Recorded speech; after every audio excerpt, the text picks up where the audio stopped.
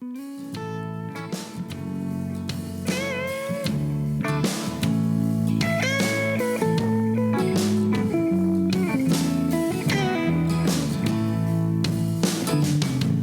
these Biloxi blues, it happens every night. And I ain't never met a riverboat dealer that could ever be a friend of mine. I have not. The summer heat never treats me kind, it leaves trouble on my mind. So I'm bidding farewell, putting in my notice, and I'll see you at another time. Say. This highway does not know my name, and I don't care. No, I don't care.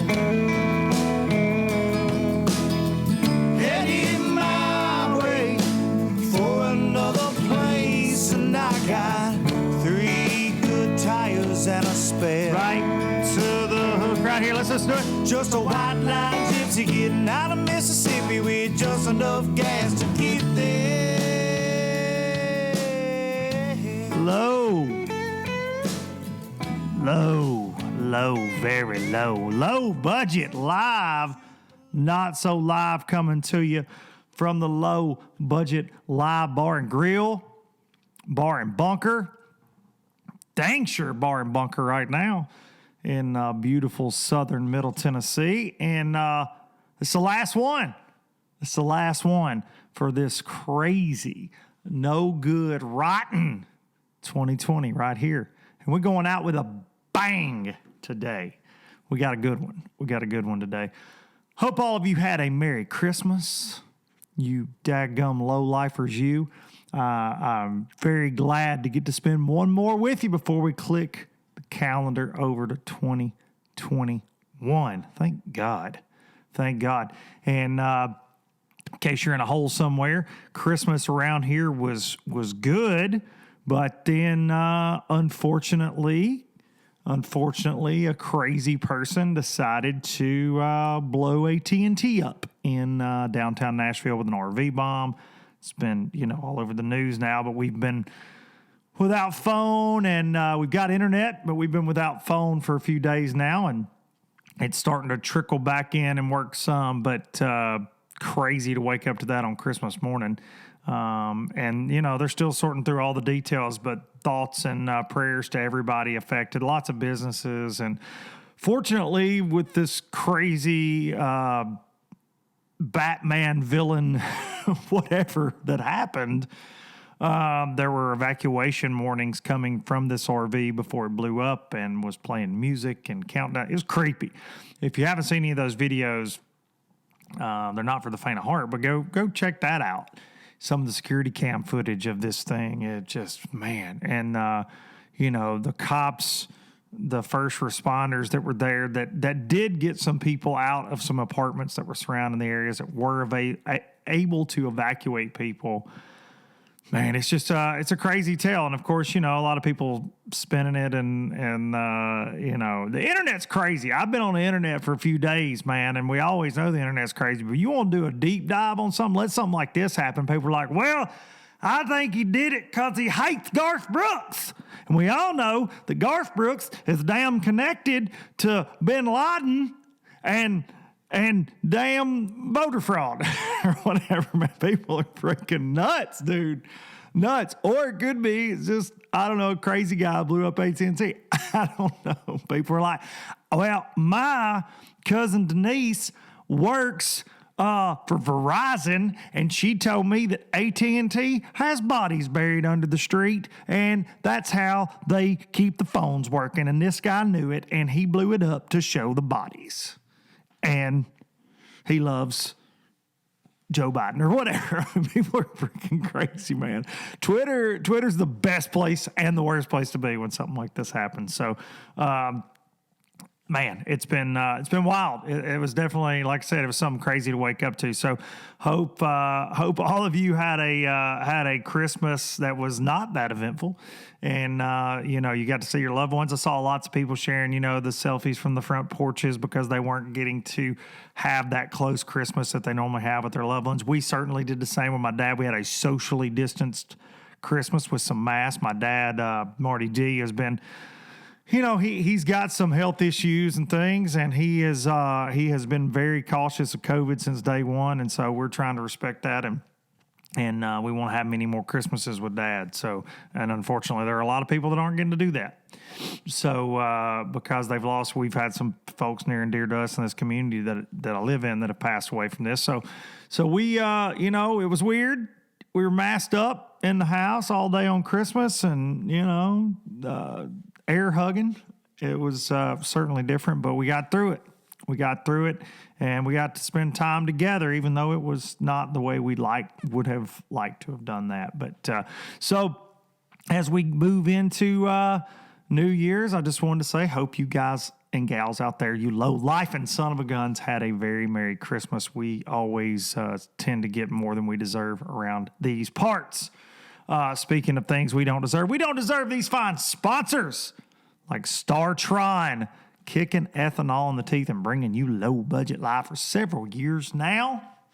We appreciate the fine folks at Starbright Cleaning Solutions and StarTron for bringing you low budget life, taking care of that ethanol problem in your weed eater, in your chainsaw. I saw a couple of you tagged me. You're doing your Christmas chores. A little dab will do you, and you get the missus taken care of, and then you go fishing for Christmas. Saw a couple of you low lifers tagging me in that.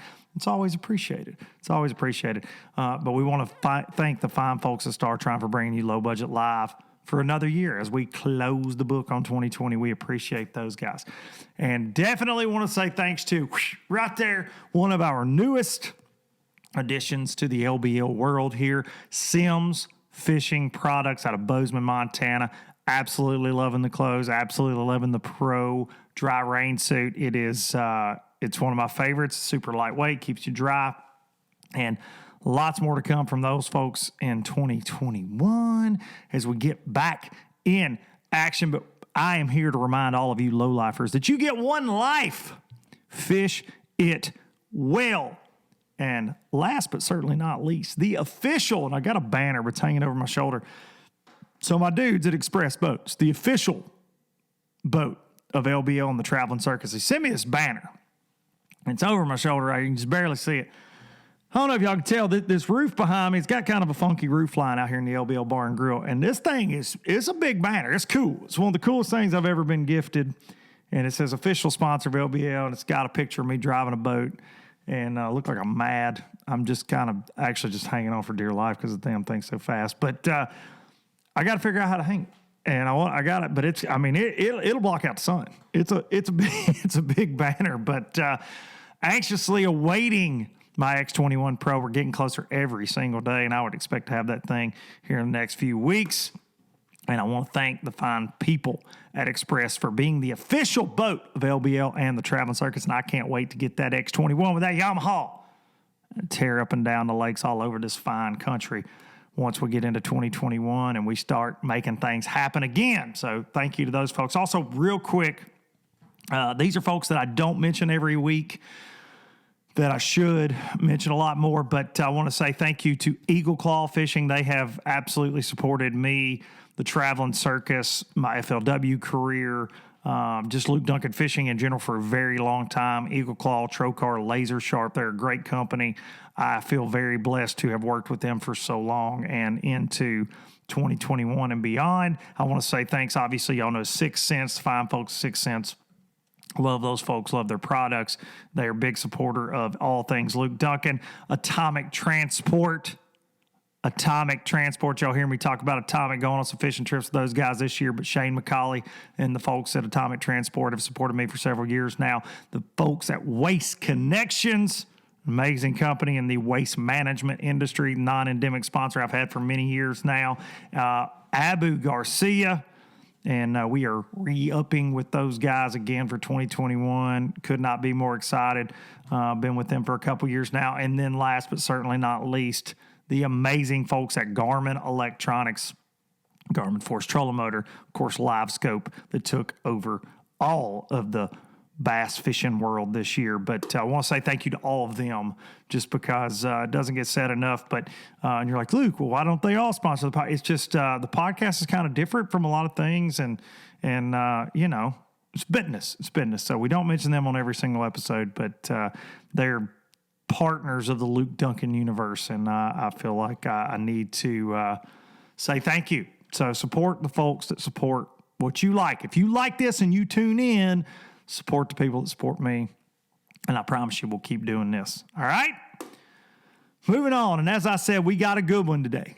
And we're going to have to jump into it pretty quick. And because phone lines are down, it's going to be a Zoom interview, so you get a special video interview like I did with the fine folks from the band Town the other day. But this is a biggie. This is a biggie to end the year on, and I'm really looking forward to it. But crazy fishing news, in my opinion. Got to start with my, the greatest championship in fishing history that is a moving target. The Redcrest, MLF's BPT Redcrest, most prestigious championship of all time. They just don't have it all the time, and you can't figure out when it is. But just kidding, guys, just kidding. So Redcrest was going to be Tulsa, Oklahoma. They were going to have an expo this year. It was going to be a really, really, really, really, really big deal. But because of COVID, the expo was canceled. Booth space was kind of expensive too, from a sponsor standpoint, from what I understand. Not sure how many booths, I think they went on BTL saying that booths were all sold out. I don't really know that was the case, but we'll see. But they canceled that. And look, who knows what February and March are going to bring. I still think we'll see the Bassmaster Classic rescheduled. So kudos to them for being the first to cancel their expo because of COVID. And I assumed the tournament was just going to go on there in Tulsa, Oklahoma in February. But now, because they don't have to worry about fans or they don't have to worry about expos or whatever, they're now having the tournament in Texas. So we're just gonna tear it. We're gonna do something different. Which is what they do a lot. And it's really hard to keep up with, and it's kind of confusing, as a lot of things are that they do, in my opinion. I'm biased, though. That's what the comments say. But moving Redcrest, Texas, which is also where the Bassmaster Classic is going to be. Texas, big state, a lot of lakes. I don't know. I think they'll probably catch bigger ones than they were at Grand. Grand in February is really tough. I don't know. That one was just kind of like 5 o'clock on Friday, right before Christmas news. That was, I don't know. But surprising, though. I feel like it's surprising that they're moving it. But we'll see. So much, boat shows are being canceled. There's a lot of things being canceled. So I certainly don't want it to be taken that I think that, they should have had their expo or whatever. But I think there are a lot of collective reasons that thing was canceled. I think it's why you haven't seen Bass come out and say what their plans are yet with the Classic, because it's a freaking big production. So what do you do? You certainly have to give people enough of a heads up so they can make, other plans. And I dare say, I think we saw some big companies not show up to Classic in 2020 because of COVID was just kind of kicking around. A lot of people were scared, and there was certainly a weird feel to the expo this year, which was right when the world kind of shut down. And so, I don't know. I don't know where all this is headed. For me personally, I tell you, I don't really want to load up in March unless a lot changes and head to the expo at the Classic. From expos from where they've been in the past, how I've known expos, which is shaking hands, hugging necks, getting to know people. And man, it's just a different time right now with all this going on. And I can tell y'all this. I'll say this. I had me a little bout with COVID, and I'd have rather stuck my damn hand in a blender. I'll just tell you. I didn't really publicize that much, but it sucks. It freaking sucks, man. And my lungs still, right now, are not good. Definitely got some after effects from that. So, we'll see. But I would think that we could see the Classic rescheduled if some things don't happen. I'm living in Tennessee. We're the biggest freaking hot spot for COVID in the whole world right now, man. So I don't know. I just think we're living in such a wild time right now. But Redcrest has changed. Something else that came out of the MLFLW Big Five RIP FLW World this week was the roster for the FLW Pro Circuit. A lot of BPT guys on there, and I think they're going to be, hasn't been explained yet, but I think they're going to be allowed to compete for points and making the championship and everything this year. Last year it was like an asterisk. They came in halfway through the season for the super tournaments, and they weren't allowed, even though, obviously it affected the outcome of the events and whatever. But this year I think they're going to be allowed to be in the points, which the guys that fish the pro circuit are competing in the points to try to make it to the BPT to compete against the BPT guys. I don't know. But several guys on that roster, from BPT are going to fish both, looks like, several. The most surprising name, and I'm sure more information is going to come out about this, and there are lots of things going around about it, but go down that list, and the most shocking one to me was Brian Latimer. Old B-Lat is back on the Tackle Warehouse Pro Circuit roster. He left when I did and when Upshaw did and Castledine and Scott Martin and Bradley Hallman. And we all kind of took our collective stance that, hey, we're not going to do this. We don't like the future where this is headed. And, for the most part, it's proven to be right, I feel like. And a lot of it has been exactly like I thought it was going to go, and with a few surprises. And Brian was outspoken about it. He was one of those guys, and he was, trying to make the elites. He fished all 8 of the opens and did not make the elite series. Did not make it.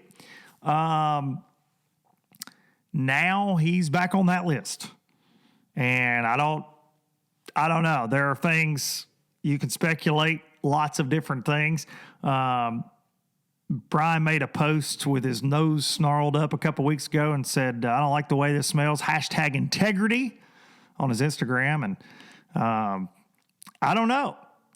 Did he think he was getting in the Elite Series? What's the deal? What's the deal? Is he, is there something there with Bass and him? And now he's going back to the world of Boyd Duckett and MLF. And Brian was very against all of that. So leads you to believe that something's there. Leads you to believe that there's some hurt feelings somewhere to send him back there. And I will say this, the roster came out publicly from FLW. Brian hasn't said a word about it. He hasn't made a post. He hasn't, to my knowledge, made a video about why he's going back to FLW. I'm sure he will. He documents everything like most YouTube guys do, myself included, but he hasn't said anything. So not sure on that. Y'all can comment below what you think is going on right there. All right. So normally, I'm old school. I like to do my phone interviews. A lot of y'all piss and moan about the audio quality, which it's low budget live of the phoners. But so today, just like I did with the band Town, a lot of you missed that one, but we're going Zoom call with our guest today. So this will kind of be chopped up a little bit more than I like to do it. I like to, but I am fixing to jump on a Zoom call right now. One of my fishing heroes, someone I'm very proud to call a friend, someone I have an immense respect for in this industry, for their decisions, for how they carry themselves, for how they run their business. And that person is Mike Iaconelli. Let's go talk to Mike. As promised, look who decided to drop in for the last LBL of this awful year. I texted him and I said, we've got to close it with a Luke Duncan and the one and only Mike Iaconelli combo. Mike, thank you, buddy. I appreciate you. Thank you for having me on. This was a great setup. I'm the exclamation point to an awful year because I'm the most awful guest you've ever had. So I'm like an exclamation point. That's not it. You have been on. But I like that. I like it. I like You the like- awful exclamation point. No, you know? I think you've got 2020 has to end with Ike because you are always the most talked about guy in the industry and nobody has a damn clue what you're going to do. And in my comments week after week, you got to get Mike. Why is Mike not talking to you? And I'm like, well, he's got his own show. He's busy. It's Christmas. And so we made it happen. And I'll look right here at this camera. We're going to get some damn answers today. Mike Iaconelli is going to give us answers. He promised before we went live here that all of your concerns will be at least somewhat, handled right here, right? They will. And I know your show, like Ike Live, we only have one rule, and that is you got to be honest on the show. That's right. So that's it. I'm going to be honest with everybody today. Okay. So, okay. Yeah, definitely. Well, the first question is a very tough one then. Okay. I see every year, and I see this at Thanksgiving with the Iaconellis. And of course, we've got the hashtag growing up Iaconelli. And I think that nothing could be more perfect for you guys because it is. You guys, one of the coolest families that I know. Okay. And I mean that with all I've got. Watching you guys go on these road trips with your kids, whether it be to tournaments or just to like educate them that the world is this big place. You guys go on some amazing trips, but your Thanksgivings are always really cool. The way you do those, your Christmases. And I have to ask, because I say this every year on LBL, I am terrible at Christmas, dude. I suck. Like self-admitted, like I got my wife whatever this year. And she's like, oh, well, here's this heartfelt, amazing gift because I pay attention to your every detail in life. And I'm like, here's a blender. That's just me. So are you that guy in your house? Do you pay attention? Do you give good gifts or does Beck like reign supreme? No, Becky reigns supreme. The beauty of social media is you can sort of hide a little bit behind something that isn't totally real. But I definitely fall into the boat you fall into. I've had my share of bomb gifts over the years. I'm not great at it, but Becky is. She's kind of the control. The control of the mothership. So she does a good job of taking care of everybody. And I get my focus is a lot smaller. So I try to get her dialed in. I try to understand. She's easy because like I have an addiction with fishing. I mean, I love it. For sure. And you know that, dude. Yes. I've got every crankbait, every hard bait I've ever owned since I was a kid. I still have. I've never thrown a single hard bait away. So I have an addiction. She has an addiction, which is fashion. And so it becomes easy. Yeah. It becomes easy for me to shop for her. And then my kids are easy too. I've got them figured out. I know their hobbies. I know what they're into. Vegas is into the same thing I am. So I can, what would I want? I look at a big swim bait and I'm like, damn, that's cool. I'll get that for Vegas. And he loves it. So it's a mix of Becky being in control and me having a smaller role in doing the shopping, Yeah, I'm proud to hear that because you being one of my heroes, I like to know that you're in the same boat as me. Regular. Now, as long as I have to, like you said, like my kids super into fishing. They love the outdoors. They love hunting. As long as I'm in that lane, it's like you said, it's easy. I go to the tackle store, I go to the tackle warehouse, whatever. And I know I'm going to hit a home run with that stuff. My dad's the same way, shopping for my dad, my brother. It's easy. That's easy. But life, dude. Oh, it is. It's the hardest thing. I told her, can be hard. I said, you really make Christmas difficult. You really make Christmas difficult. And one of my gifts, this is no joke. One of my gifts this year showed up from Amazon because, dude, I've been in quarantine. I had COVID before Christmas, kind of locked up. So I'm Amazon and everything. They brought the damn thing just in the box that it came in, not an Amazon box. And I'm out here recording. And the delivery guy brings it to my wife, and it was one of her Christmas gifts. And so, like, I didn't even get to like the Christmas surprise, like 2 days before Christmas. Man. And she texts me nothing but like crying, laughing face emojis because she knew how pissed I was going to be because I sucked. And it was a good gift. And she's like, "Hey, thanks." Knew it was hers. Oh, that's the worst. And the post office, they screwed me. That's the worst. That's the worst. I smell a lawsuit coming on right now. Well, a Christmas lawsuit against Amazon. I can't imagine I would be alone in that. You wouldn't. I would not. Because somewhere, my wife, who does pay attention to everybody, she got my 9-year-old a baby Yoda, like this animatronic. Everybody's all into Star Wars baby Yoda. Yeah. And this damn thing, it was up by your house at one point last week. I was like, I'm going to call Mike and see if he can run get it. And then Amazon, and then it showed up in like Georgia and then Knoxville, Tennessee. And this morning, this was ordered over a month ago. It showed up in Nashville via the tracking. And so we get lots of problems with Amazon. Crazy. All right. So, well, I'm glad that you guys had an amazing Christmas. It's a good one.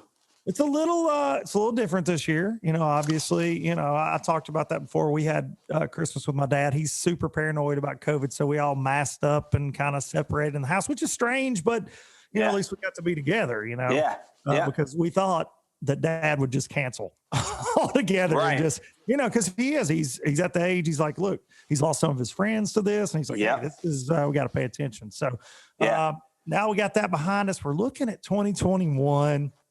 And there's a rumor going around. There's always rumors going around with Mike Iaconelli, I feel like, and Luke Duncan as well. I feel like there's always some rumors. I feel like I contribute to some of that.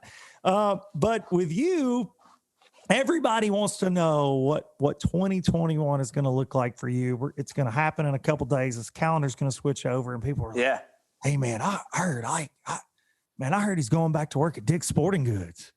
I heard. That's a good one. I heard he's going to start fishing the Federation again. Like I've heard all this.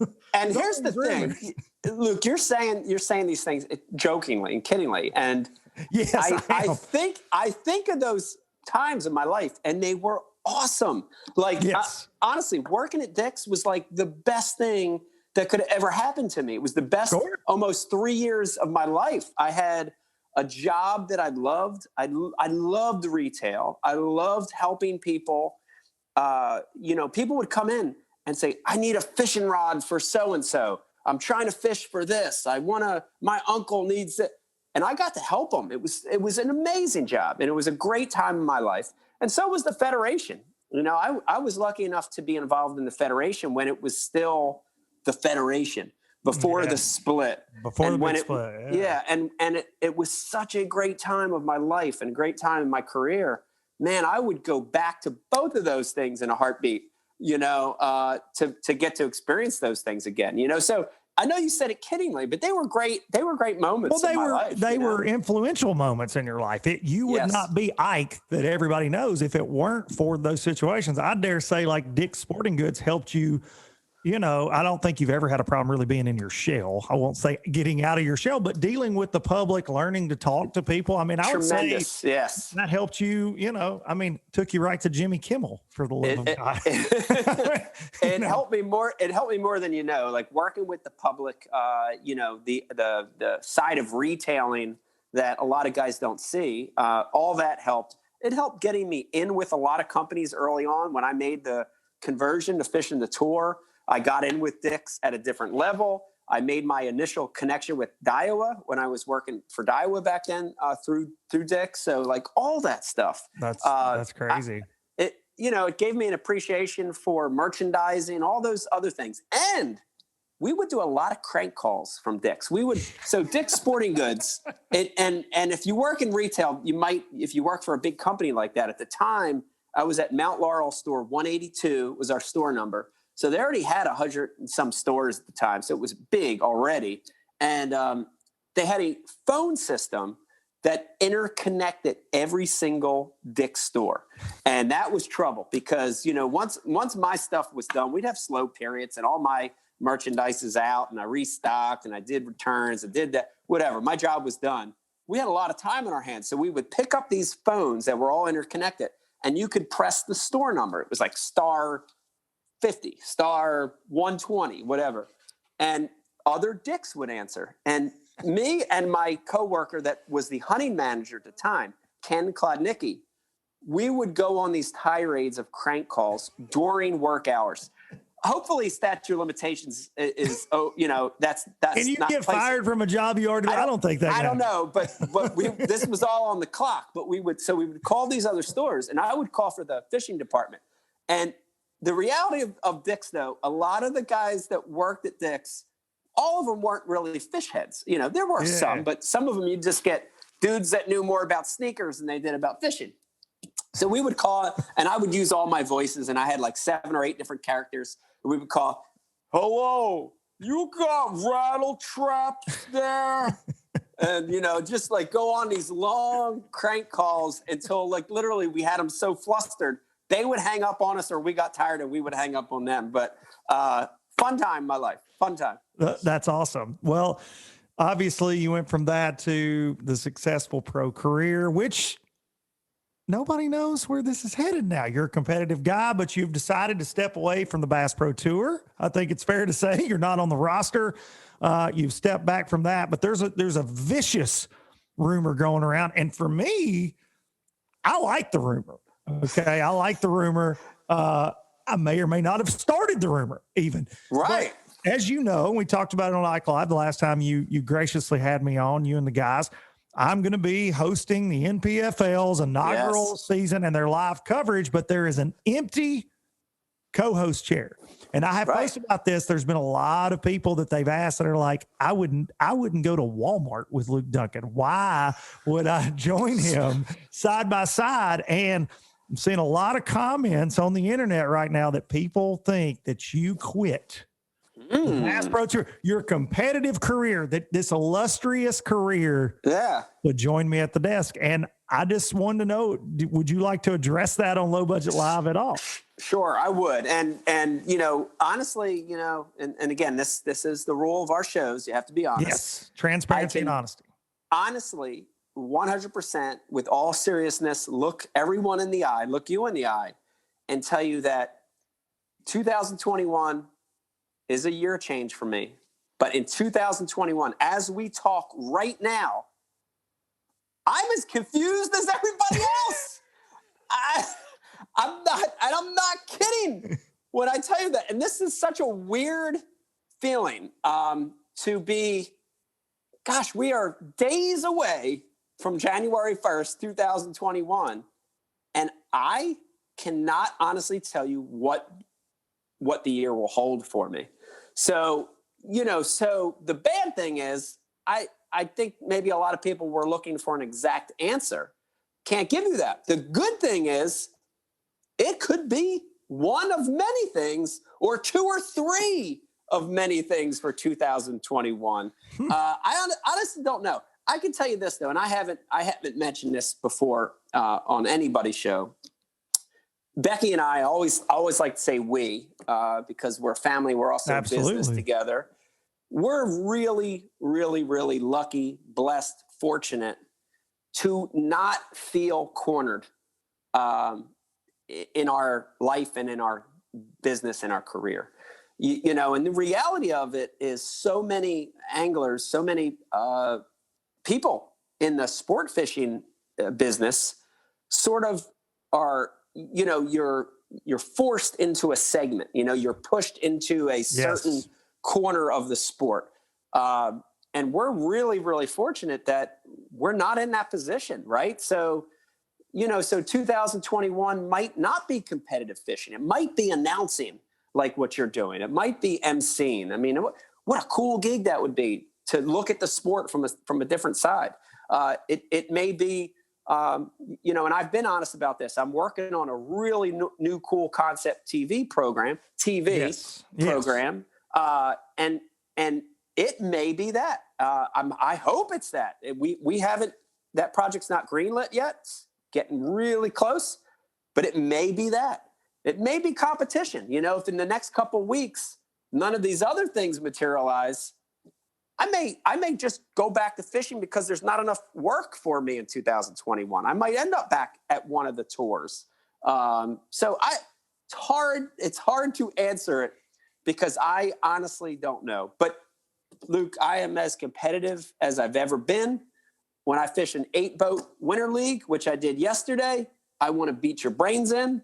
When I'm fishing the Bass Pro Tour or FLW Tour or BASS, Open, Elite, or other, I'm just as competitive. And regardless of what happens in 21, I see competing at some level for me in 2021. I just don't know what that means. I don't know if it means Opens and Toyota Series. Does it mean the elites? Does it mean leveraging someone? Help? Can I come back at MLF? I don't know. I don't know what it means. Well, hey, you want me to call Boyd? Okay. Yeah, I don't know if he'll answer. I don't know if I he'll know you've answer. got him on speed dial. We might have to. Well, I just don't know if he'll answer. I just don't know if he'll answer. Well, you never know. I think and for you, it's all about honesty, and I feel like you're the one guy that you never have to wonder what you're thinking, in this industry. And why do you feel that 2021 is this year for you to step away from Major League Fishing when you've been a part of it since the beginning? Why for you, in your words? Because I think a lot of people want to know that. Like, they do. Why was this the time to pick that choice? Yeah, there's like three things at play, and I'll try to give them to you in order. The first one is the reality of what 20 was for all of us, right? Yes. Dude, we've all known people. Now we all know people that have had COVID, that have died, passed away from COVID, the struggles of the world with economy and the whole thing. It was sort of a disaster. And, it was like that for us here internally. And, fishing, Major League Fishing, with them sort of canceling, I've never fished as few professional events in my life. With them sort of canceling the bulk of our season, we had to just really sort of step up what we did here internally with all the businesses. And what we ended up with, when we got to the end of the year and we looked at our impact, we looked at our reach, we looked at how we were affecting people and how we were influencing sales. And it's never been stronger, right? It's never been stronger for us. And every company we work with, they're seeing the same stuff. And they're like, and it was a big reality check that professional tournament fishing isn't the only way to work for these companies, right? Isn't in fact, and I'm going to get negative comments about this. I know it's not the only way, but you hit a small minority of fishing consumers through pro fishing, tournament fishing, right? Through pro angling. Yes. So, dude, the world of fishing is such a big, giant, huge thing. Huge. Giant. Huge. And a company like Toyota or Yamaha or Berkeley or Rapala, their sales for hardcore tournament guys, it's an eighth. Their worldwide sales are that, right? It's the giant pie of all the other people that enjoy fishing and the outdoors. So, when we had a big impact this year for those companies, and we're still touching and reaching people and hitting people and making an impact, it just sort of, it said, Becky and I said, maybe this is time to try something else. Maybe it's time to step away. So part two goes right to what I just said, which is, Luke, it's been on my mind for a lot of years. I've sort of went in and out of, thinking about leaving a little or permanently or whatever, because of sort of, I don't know if burnout's the best way to describe it, but and guys that have tour fished know, but it is not this life of, law and, it's hard. It's a hard job, and you're away from home and you're away from your family. I've got two older girls. I've got a 21-year-old and a 20-year-old that when I look back on their youth, I missed so much stuff. And that's just, it's not just pro fishermen. It's a lot of parents or dads are put in that situation, but it's tough. And, if I could still do what I love, which is fishing, if I could still be involved in that and maybe be a little more in control of my own destiny when it comes to travel and time and all that, why wouldn't you want to do that? So that's the second part. I got to show you. My wife just walked in. Look at this baller outfit she's got. What's up? Look at that. Look. She looks I like love it. I love it. It's like a pro basketball outfit she's got on. By the way, that was a Christmas present. That ties into that was our you. earlier conversation. That was you. That was okay, me. that was Yeah. you. It just Well, looked good very job. baller. So It is baller. check that out for her. So I think a little bit of it is that it's been on my mind, and I'm sort of like I wanted to wait for the right time, So I think maybe part 2 is that, and then last but not least, and this is being totally honest, and I have to address it, is that I do have a bit of frustration with the leagues, right? And I'm not gonna target one of them. I'm going to say the leagues. Prior, FLW, now, MLS, MLS, Bass. They are all doing some really good stuff, and they're doing some amazing, cool things to reach new people. But there's also a lot of things they're doing that it's hurting the growth of the sport, in my opinion. It's frustrating. It's frustrating that, that here we are a couple of years after this big move, and this big move was supposed to be waking up of the leagues to say, hey, dude, the anglers are, they mean something, right? They're the reason your business exists. And that's right. The we're customers, right? Essentially. I mean, they make these companies run. The anglers do. And I think there's still a lot of missing things in all those leagues where the anglers are still getting the short end of the stick. And I don't agree more.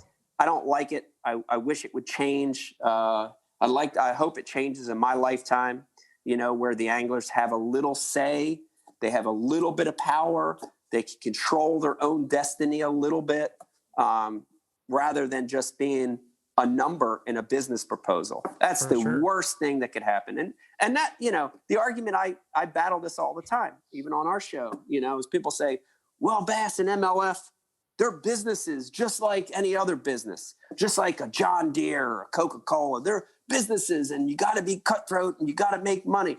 Well, I agree with that a little bit. But the thing with these leagues is that they are a sport. Right? They're a sport, which is above and beyond a financial profile of a company, and that's the hard part, is when these leagues are making decisions that help their pocket, but don't necessarily help the sport. And that I have a problem with. And I think for me, I mean, obviously it's been documented, and this, I mean, my opinions that have led me to some, of the back and forth that I've had with some of the people in these leagues were based off of concerns like what you're mentioning. I didn't see this growth. I didn't see this from either organization.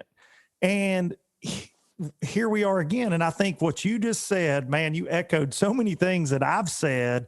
You don't necessarily have to take this prototypical, hey, you got to go fish 9 tournaments a year to be a bass pro to reach people to. And we've seen guys like the Googans, like Ben Milliken, who I know you're getting to know.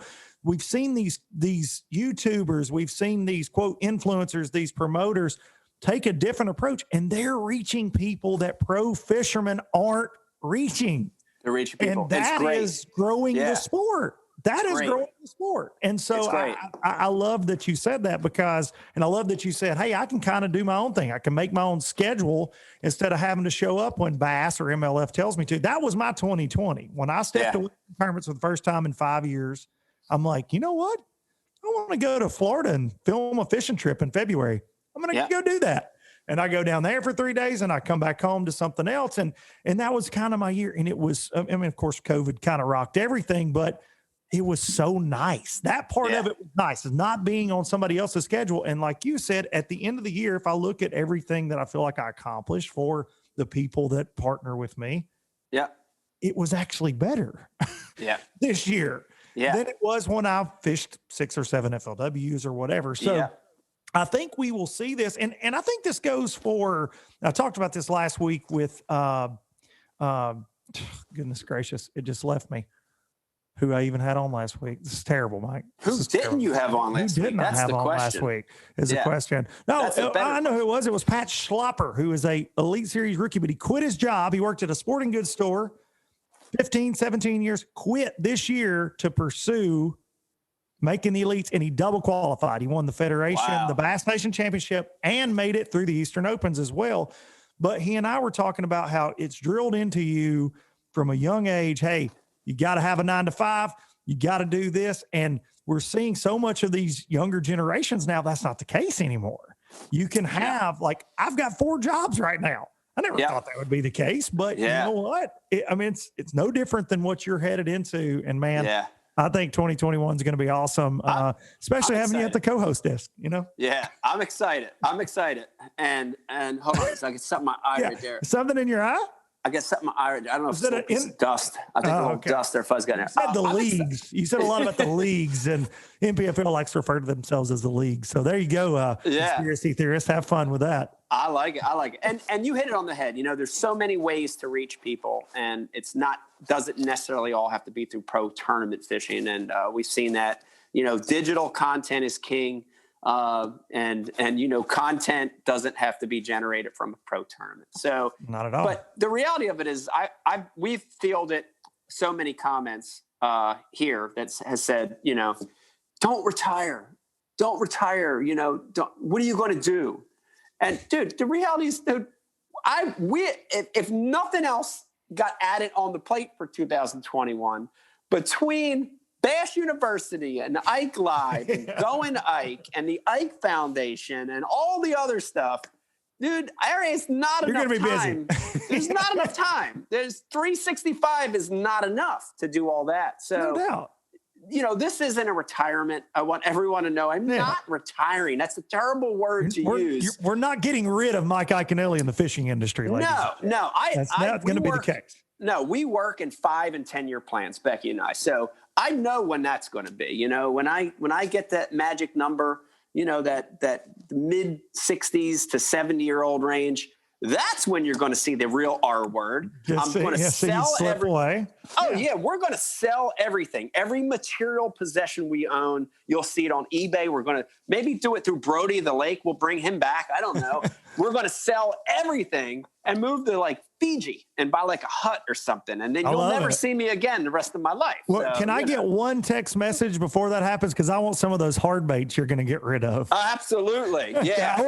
You've got some that I really, really want. I'll split them up because I know Vegas has his eye on a few. There's no doubt. We'll split them up for sure. Yeah. Speaking of Vegas, let me ask you this: as you talk about tournaments, because he is definitely coming into that a lot like my son, which my son's that Hudson, my 12-year-old, is a little older. But I mean, where do you see him in the mix with this? Do you think the tournament thing, as we talk about all this changing, because he's certainly in that age that grows up in the YouTube world, right? Yes. So yes, he is. Where do you see Vegas with this in a few years? Is he going to be competitive, doing content? What? Because he loves it.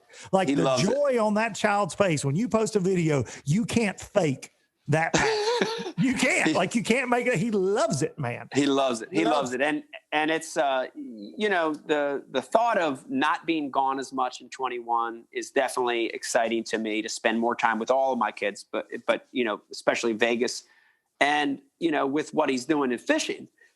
We're very, very, very careful and cautious. And we were the same way with all 4 of them, that we want them to love and be passionate about what they're into, right? So there's that fine line there. And it's hard for me because when I get a rod and reel, I snap it's hard to get out of that mode of competitor, right? Of course. But you have to. Same here. And Becky and I are very much with all of them. Drew, Riley, Estella, and Vegas. We're like, do what makes you happy, right? So the nice thing with Vegas right now, this phase of his life, he loves soccer. He loves fishing. He loves building stuff. Dude, I mean, he's got like the mind of an engineer. So that's cool. You know, so in one breath, we're not, you know, blocking it. We're not saying, oh, the life of a fisherman's terrible, don't do it. We're saying, do what you love. And, you know, I think part of every dad, right? You want to see your kids enjoy something that you're passionate about, right? Yeah. So I'm passionate about fishing. When I'm out in a boat with him and he's at a youth derby and I'm the captain for him and the other kid and I'm netting their fish, dude, I'm more at this stage of my life, I'm 48. I'm more excited about that than me catching the fish. And if you're a parent, you understand that. Oh, you know? yeah, man. So, part of me closes my eyes and I think, man, Vegas has it.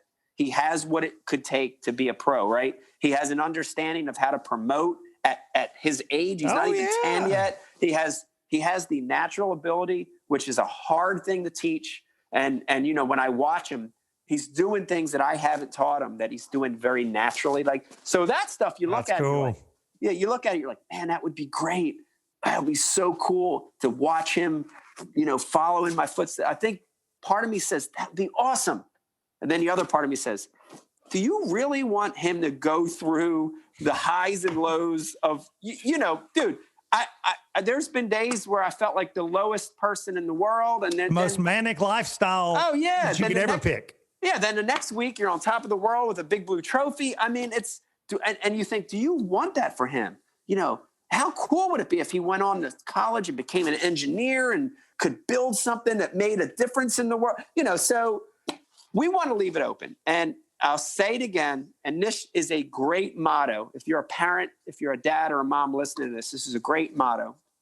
All we want when these kids leave the house, and we've already have two that have sort of kind of left. They're still around a lot, but they sort of kind of left. We want to create happy, functioning adults. And that's honestly what we want. And that's a great goal. Don't overachieve as a parent. Create happy, functioning adults. I love it. That's all you want. I love it, man. And I think that's great advice. Great advice. And you guys live it. Like I said, you see the trips, you see everything that you guys try to do. It's not, textbook by any means. You guys are letting your kids make decisions on what'll lead them. And I'm very much that way. When Hudson got into tournament fishing this year, it was just like all of a sudden just like clicked. He's like, "Hey, Dad, I want to I hear there's a tournament on this lake. Can we go?" And he had never asked before. And I'm like, "Yeah, we'll go." And we want a little bit of money, and you just see it. Like, oh boy. And he's like, "Dad, did you see Mike's new video?" Like, he's watching your stuff and he's watching Paul's stuff. And he's like, "Dad, did you see that? Did you see that?" Yeah. Oh boy, here we go. Because he's always fished with me, right? But this year it was like it clicked. It just clicked. And I'm like, and now he's like, there's a winter trail that just started here. And a buddy at school was telling him about it. He's like, "Dad, they fish every Saturday down on Wheeler." Start going down there. And I'm like, well, it's cold. It's deer season. I'm not like you. I'm not throwing the blade bait. Like I'm like, man. Hey, it'll be spring again in March. We'll go back. Yeah. He's starting. I'm like, well, do you want to go if it's cold? He's like, yeah, Dad, I want to go. And he's like, it's great to see it. Big, small. It's awesome. But at the same time, great. I don't want to push him. And it's the same with music for me, right? Like, I don't want to, yeah, man, you play guitar, play, all these things that I love.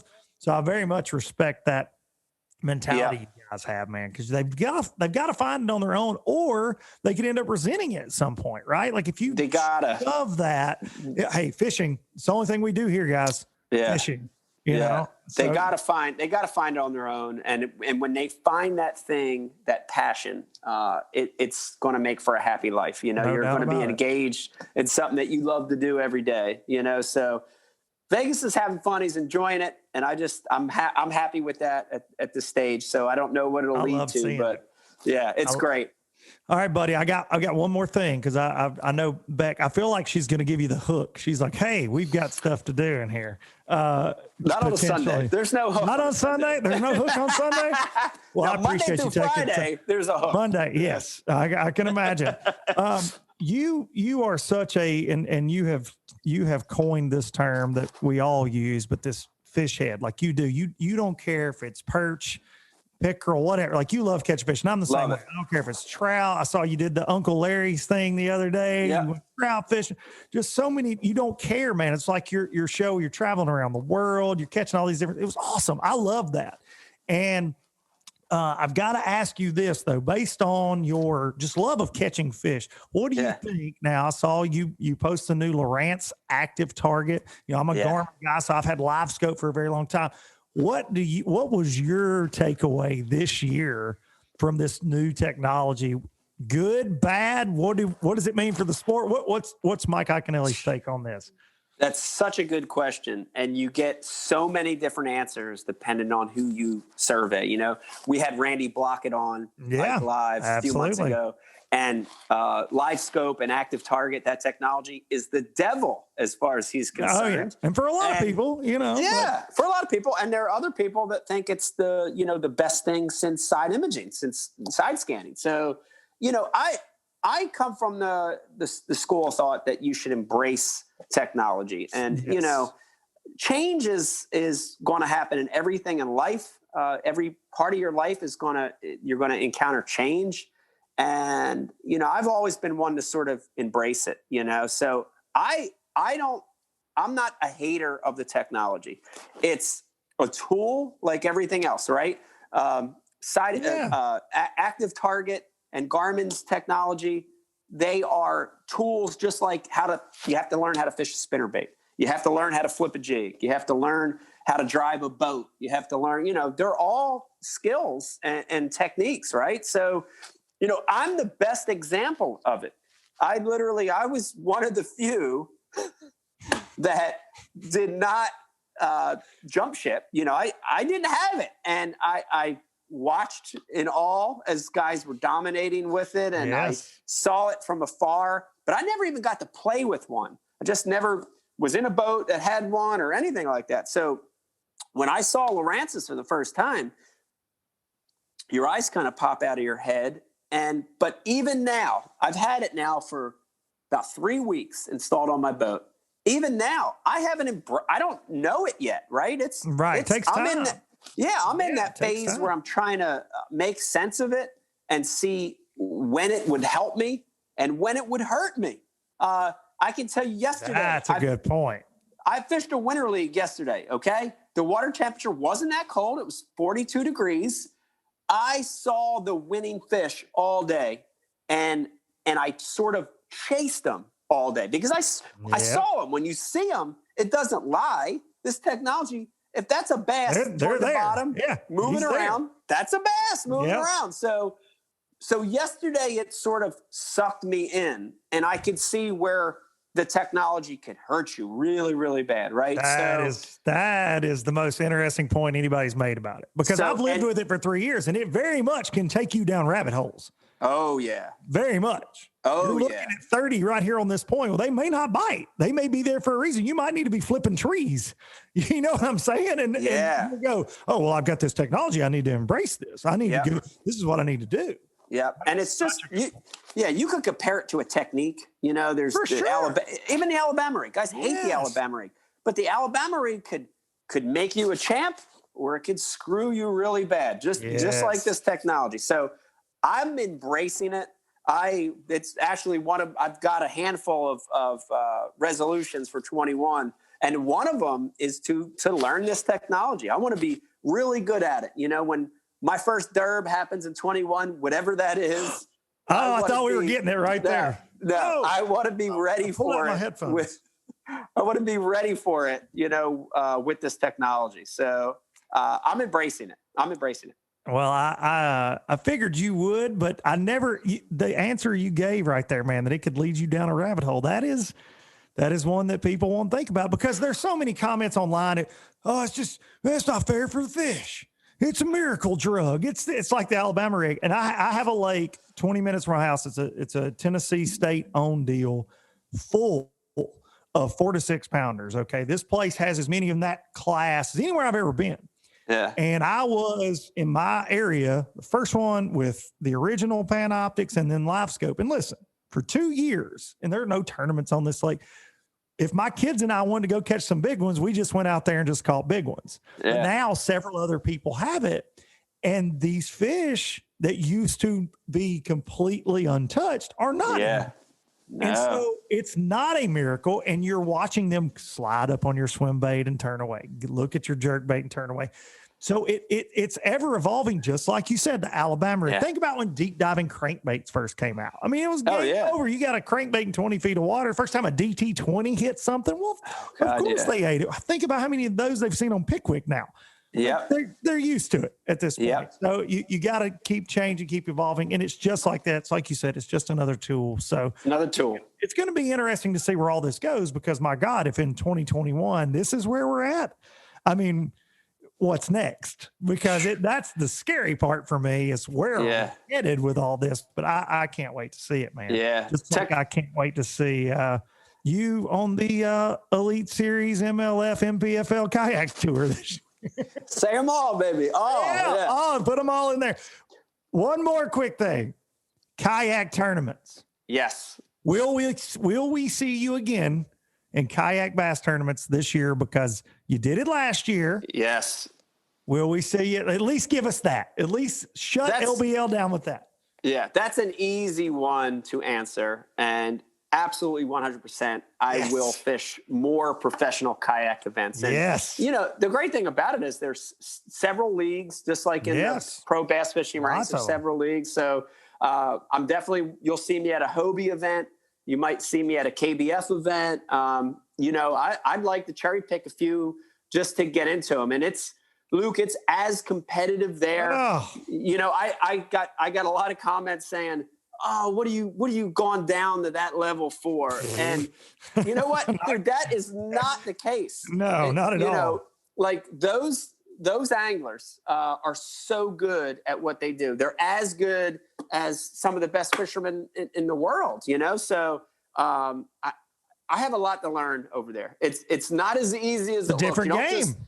It's a different game. It's different strategy, different way to fish and fight fish and land fit. I mean, everything's different. So I've got a lot to learn over there, but you know, I like to set goals. And when I set my mind to something, I'm going to keep at it until I succeed. So I want to win one, you know, I want to win a professional kayak event. So if it's not in 21, I'm going to just keep trying till I can accomplish that goal.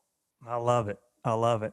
Well, brother, as always, I appreciate you giving me the time. You're always very kind to me over the years. You always have been. You and Becky. Tell her I appreciate your time on this Christmas heading right into New Year's time frame right here. So it's I know it's a tricky time. So much appreciated as always, my friend. Thank you. Thank you. I appreciate the time, and thanks everybody for watching and listening. I hope everyone has an awesome holiday, the remainder of the holiday, and a great year in 21. It's going to get better. Things are going to get back to normal. Stay positive. Have fun. Keep fishing.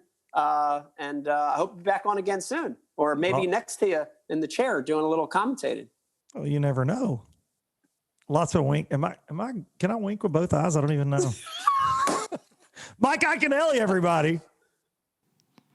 Well, I just got to say a huge thank you to Mr. Mike Iaconelli for joining me this close to New Year's and right after Christmas. Mike's like me. He's got a house full of kids and lots of holiday celebrations going on. So I appreciate him. Hope you guys and gals got a lot out of that. I know I sure did. Very interesting conversation. As always, with Mr. Iaconelli. Want to say thank you, like I do each and every week, but especially as we stare down the barrel of another year end here. I want to say thank you to each and every one of you low-lifers, love me, hate me, whatever, for showing up each and every week to the Traveling Circus and Low Budget Live. Man, this year has been, it's been crazy, but it's also been a blessing. And getting to know so many of you, having the Low Budget Live at the Classic was amazing. And just, that was the last event I really got to go to. And I got to meet so many of you that this show means something to. And you'll never understand how much I appreciate that. I could say it a million times each week, but you'll never understand, because I have such a good time with this. I do put in a lot of work into it as well. It may not seem like that all the time, but I just appreciate you so much, and appreciate guys like Mike Iaconelli, like Dave Mercer, for joining me for LD and the MC, all the wonderful guests from this year, all of you that comment, and just keep it going. Keep it going. I promise you, if you keep showing up, I'm going to keep running my mouth into a microphone. I'm going to keep making fishing videos. I'm going to keep on, just doing whatever it is I collectively do in the world of bass fishing, and I enjoy every second of it. So thank you. I hope each and every one of you have a happy New Year's. I hope all of you, whatever in the hell you did last year on the 31st going into 2020, don't do that again. Okay, let's change our plans. Let's do a rain dance. Let's do something different. Okay, let's do something different. But I'm going to take you out with a little bit of Biloxi Blues, like I always do. Got some new music coming in 2021. I'm super excited about. Just lots of good things coming. Lots of good things. NPFL, we are so close to just being really busy again. Really, really busy. But thank you all so much. I'm going to see you in 2021, which feels very weird to say, but I am glad to get to say it. Make sure you hug your mama. Make sure you hug your daddy. Here's some Biloxi Blues, and I will see y'all next time. Spanish moss and Civil War ghosts, well, I'm gonna leave them in the past. Any direction, Lord, I'll be fine. It don't matter east or west. North, south, wherever the wind blows, I'm leaving those burdens at rest. This highway, it does not know my name, and I don't care, no, I don't care. Heading my way for another place, and I got 3 good tires and a spare. Just a white line gypsy getting out of Mississippi with just enough gas to get there.